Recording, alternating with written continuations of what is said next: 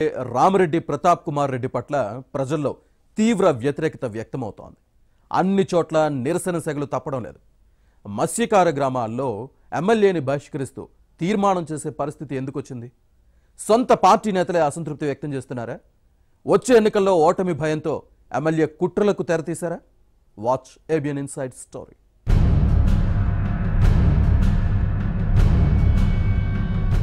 నెల్లూరు జిల్లా Kavali YCP MLA Ramireddy Pratap Kumar Reddy వివాదాస్పద నేతగా ముద్రపడ్డారు. అవినీతి ఆరోపణలు వెల్లువెత్తుతున్నాయి. అడ్డగోలు వ్యవహారాలు, అరాచకాలకు పాల్పడుతున్నారని సొంత పార్టీ నేతలే విమర్శిస్తున్నారు. నిన్న మొన్నటి వరకు టికెట్ రాదనే ప్రచారం జరిగింది. కానీ వచ్చే ఎన్నికల్లో మళ్లీ ఆయనకే సీటు ఖాయమని పార్టీ నేతలు చెబుతున్నారు. కానీ స్థానిక పరిస్థితులు రామిరెడ్డికి అంత అనుకూలంగా లేవని రాజకీయ విశ్లేషకులు భావిస్తున్నారు. ఎక్కడికి వెళ్లినా ప్రజల నుంచి నిరసన వ్యక్తం కావటమే ఇందుకు నిదర్శనమని అంటున్నారు.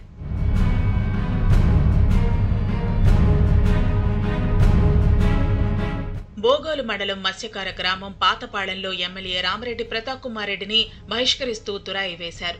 ఇప్పటికీ మత్స్యకార గ్రామాల్లో ఈ వ్యవస్థ కొనసాగుతోంది. తురాయి అంటే ప్రతి మత్స్యకార గ్రామంలో పెద్ద కాపు, చిన్న కాపు ఉంటారు. వారి సమక్షంలో గ్రామస్తులందరూ కలిసి నిర్ణయాలు తీసుకుంటారు. దానిని ఎవరైనా ఉల్లంఘిస్తే జరిమానాలు, గ్రామ బహిష్కరణలు అమలు చేస్తూ ఉంటారు. పాతపాళెం గ్రామంలోకి ఎమ్మెల్యేని రానివ్వకుండా తురాయి వేయటం పెద్ద దుమారమే రేపింది. 4.5 ఏళ్లలో ఎమ్మెల్యే ఏం చేశారంటూ వారంతా ప్రశ్నల వర్షం కురిపించారు. దాంతో పెద్ద మొత్తంలోనే ఎమ్మెల్యే జరిమానా చెల్లించుకుని ఆ ఊరిలోకి అడుగుపెట్టారనే చర్చ జోరుగా సాగుతోంది. తాడిచెట్లపాళెంలోనూ ఎమ్మెల్యేని రావద్దన్నారు. ఆ గ్రామానికి కూడా పెద్ద మొత్తంలో జరిమానా చెల్లించారనే టాక్ నడుస్తోంది. పెద్దపట్టపు పాళెంలో ఎమ్మెల్యే సతీమణి, సచివాలయ సిబ్బంది, వాలంటీర్లతో సమావేశం నిర్వహించడంపై పెద్దకాపు, చిన్నకాపు వైసీపీ నేతలు సీరియస్ అయ్యారట. దీంతో ఆమె ఊరు నుంచి వెనుతిరక్క తప్పలేదు.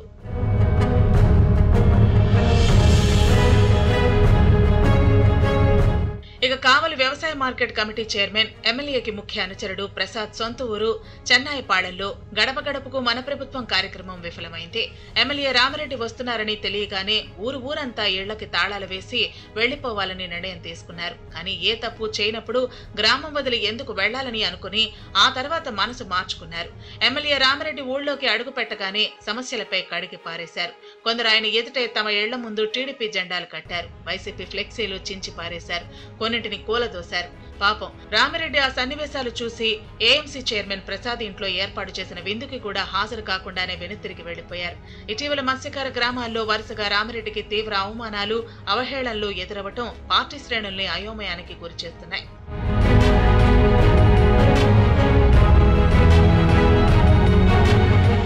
మరోవైపు రామిరెడ్డి వచ్చే ఎన్నికల్లో ఎలాగైనా గెలవాలని భారీ కుట్రలకే తెరతీశారట. భారీ సంఖ్యలో దొంగ ఓట్లు చేర్చడం, టీడీపీ సానుభూతి పరుల ఓట్లు తొలగించడానికి చేసిన ప్లాన్ ఫలించలేదు. పొదుపు సంఘాల లీడర్లకే పట్టుచీరలు, భారీ మొత్తంలో నగదు పంపిణీ చేశారనే ఆరోపణలు వచ్చాయి. కానీ మాట వినేవారే లేరంటూ చర్చలు సాగుతున్నాయి. ఓట్ల కోసం దేవుళ్లతోనూ రాజకీయాలు మొదలెట్టారట. కావలిలోని జెండా చెట్టు దగ్గర ప్రతి ఏడాది ఘనంగా గంధ మహోత్సవం జరుపుతారు. అన్ని పార్టీల నేతలు హాజరవుతారు. ఈ ఏడాది తన ప్రత్యర్థుల నుంచి చందాలు తీసుకోవద్దని, వారి కటౌట్లు, ఫ్లెక్సీలు పెట్టొద్దనటం పెద్ద రగడకు దారితీసింది.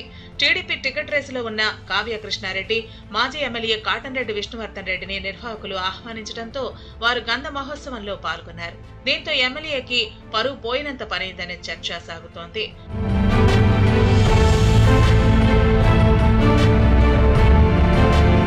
అల్లూరులో ప్రతి ఏటా జరిగే పోలేరమ్మ జాతరలో హైలైట్ కావాలని ప్లాన్ వేశారట. అయితే ఎమ్మెల్యే రెబెల్ మన్నెమాల సుకుమార్ రెడ్డి, మాజీ ఎమ్మెల్యే విష్ణువర్ధన్ రెడ్డి సొంతూరు కావడంతో రామిరెడ్డి పప్పులు ఉడకలేదట.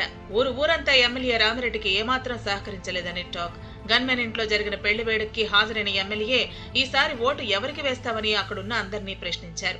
సుకుమార్ రెడ్డి ఎవరికి చెబితే వారికే తమ ఓటని చెప్పడంతో కంగు తిన్నారు. ఇక మండలానికి ఒకరిని ఏర్పాటు చేసుకుని గ్రావెల్, మట్టి, ఇసుక, బీచ్, శాండ్ అక్రమాలు సాగిస్తున్నారని ఆరోపణలు ఉన్నాయి. పార్టీ నేతలు, కార్యకర్తలను పట్టించుకోవటం లేదనే టాక్ నడుస్తోంది. దీంతో వైసీపీ శ్రేణులే ఎమ్మెల్యే వ్యవహారాలను బయటపెడుతున్నారని వినిపిస్తోంది. ఎవరిని కదిలించినా ఎన్నికల్లో తడాకా చూపిస్తామని బహిరంగంగానే సవాల్ విసురుతున్నారు. ఈ పరిణామాలన్నీ రామిరెడ్డికి పెద్ద మైనస్ అని విశ్లేషకులు భావిస్తున్నారు. మున్ముందు ఈ నేత పరిస్థితి ఎలా ఉంటుందో చూడాలి మరి.